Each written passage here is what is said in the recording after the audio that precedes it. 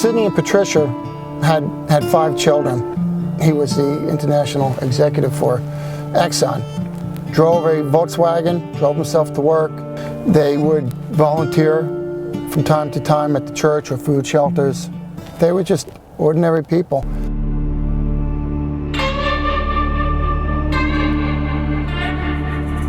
Opened up the garage door, drove up his winding driveway, realized his newspaper wasn't where it normally is, exited the vehicle to get it. That's when the female abductor drove the van right at the foot of the driveway. The male abductor opened up the side door and confronted the Exxon executive with a handgun.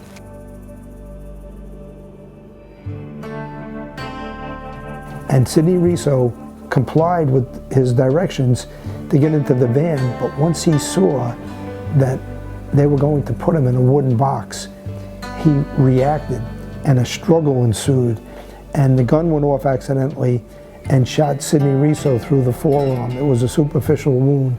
Duct tape his eyes, his mouth, his hands, and put him in that wooden box.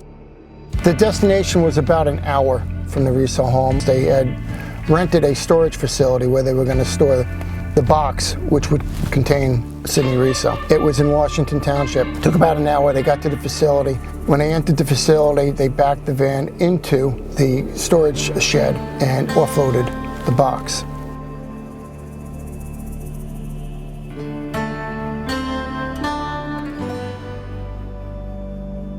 It wasn't until about 26 hours later that Exxon received a phone call, and they said that there's a communication.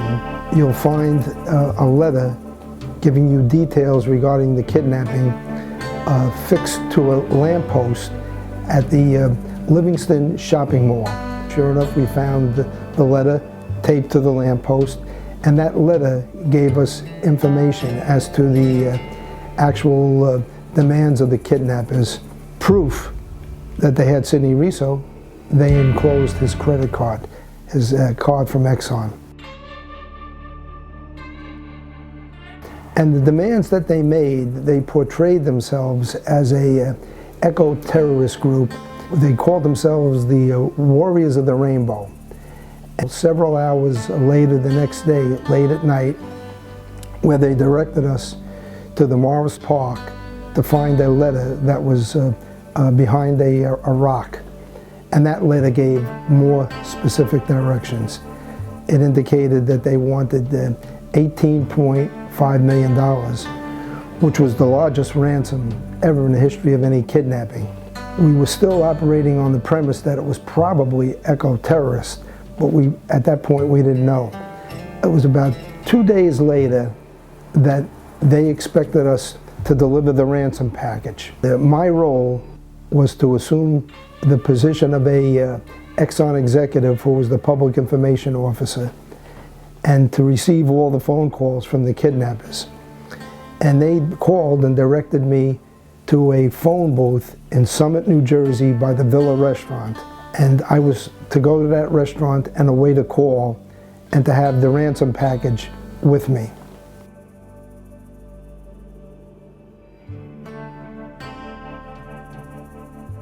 At the time, we had waited several hours for the phone call that never came. We didn't realize that one of the kidnappers had a problem with dyslexia and had reversed the last 4 digits of the payphone at the Villa restaurant. We came back and alerted Mrs. Reso, was really upset and disappointed, as we all were.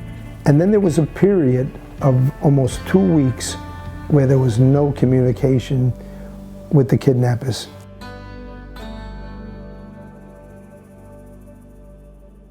On the evening of June 18th, a phone call was received at the FBI command post, which was under the disguise of Exxon phone number. And that kicked off a series of activities for what in reality was a second ransom night. We came to the actual date when they wanted the money dropped, and they had very emphatic directions. I received the call, and we were told to be using the Reso family station wagon We had a female FBI agent driving that vehicle. She looked like the Reso daughter, Renee Reso, and was in the same age range. They directed us from one phone booth to another. You know, we were picking up notes taped to the bottom of a bench. Those directions were very specific. Go 3.2 miles, 4.1 mile. And it led us to this center where, like a construction site, and to wait a call by a payphone.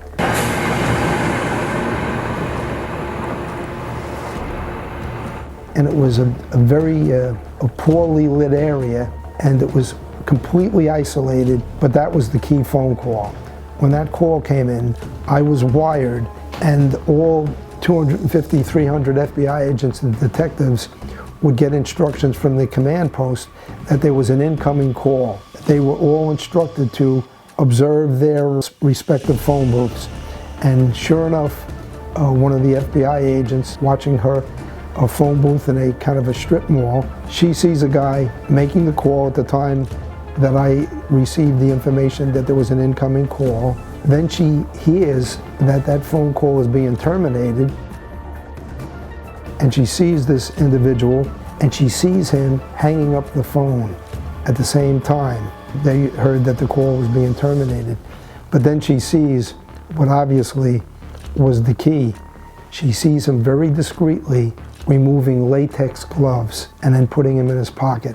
And she realized that she probably had the kidnapper under surveillance.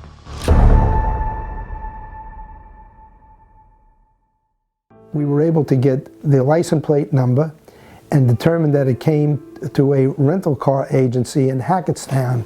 So they decided to abort the mission that evening, returning the car to the rental agency. And sure enough, they made the arrest. They opened the trunk of the vehicle, and inside the trunk they saw all kinds of evidence. So they knew they had one of the kidnappers. And shortly thereafter comes to pick him up, and the FBI arrests her as well. When they arrest him, they find out that it's a husband and wife team, Arthur and Jackie Seal. Jackie is a well-educated, she's a teacher. Art Seal was a retired police officer. He left on disability. Myself, another agent, and the detective interviewed Jackie Seal. And I asked her that night, I said, this family has gone through a 52-day ordeal. If you were in my shoes, just tell me, are we looking for someone who's dead or alive? And she said, probably dead.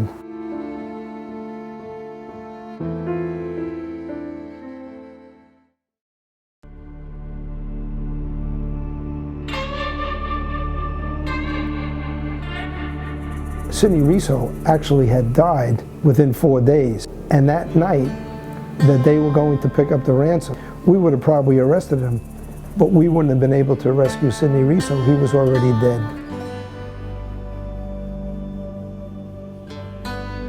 Because Arthur Seal, she explained, had cut up the box that Sidney Reso was kept in, I asked her if she would be able to draw what that box looked like. And she remembered the dimensions. I think it was like 6'3" in length and about 3 feet, 3.5 feet high. It had a bunch of holes that were drilled into the box, air holes, and it had 3 hinges and a lock on it.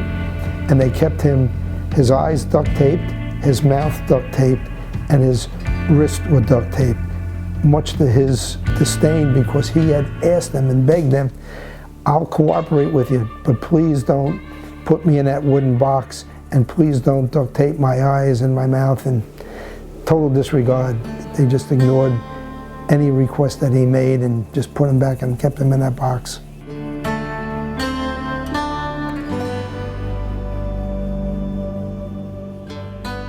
He had a horrendous career as a police officer. Fortunately, his father, for him, was a deputy chief in the Hillside Police Department. He had a history of police brutality, got his pension, and went out and got a job at Exxon in the security department. And he worked at Exxon for a while, And then eventually they had the cutback, and they gave him a severance package, and they decided to move to Hilton Head, South Carolina. And they bought this very nice home, had matching Mercedes, and they bought a sailboat, a French sailboat that was over $100,000. I think it was $110,000. He didn't even know how to sail. You know, he came up with this plan of this ransom. Eventually, he went bankrupt, lost the business in Hilton Head.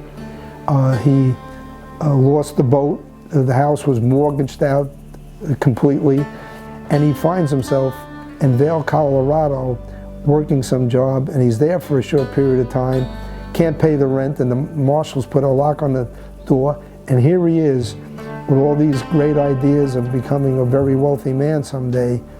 He's relegated to living in the basement of his mother and father's house, and that's where he concocts this plan, knowing, you know, that Exxon had paid the ransom in the past.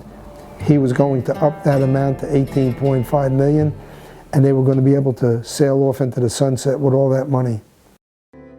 If it wasn't for Jackie Seal, we would probably have not been able to locate that body unless animals unearthed it. But she had a great recall because she explained Arthur went to school at Admiral Farragut, which was right in the area of the Pine Barrens. And he knew that area very well. And he explained to her he needed her to help him transport the body. She took us right to the area.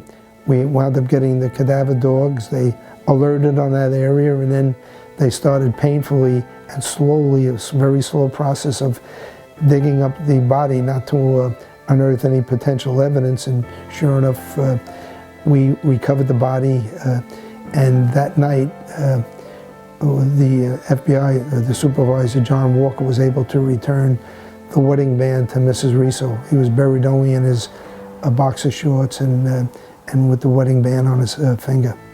Victimized by greedy and evil people. Art and Jackie Seal were the complete opposite of what Patricia and Sidney were.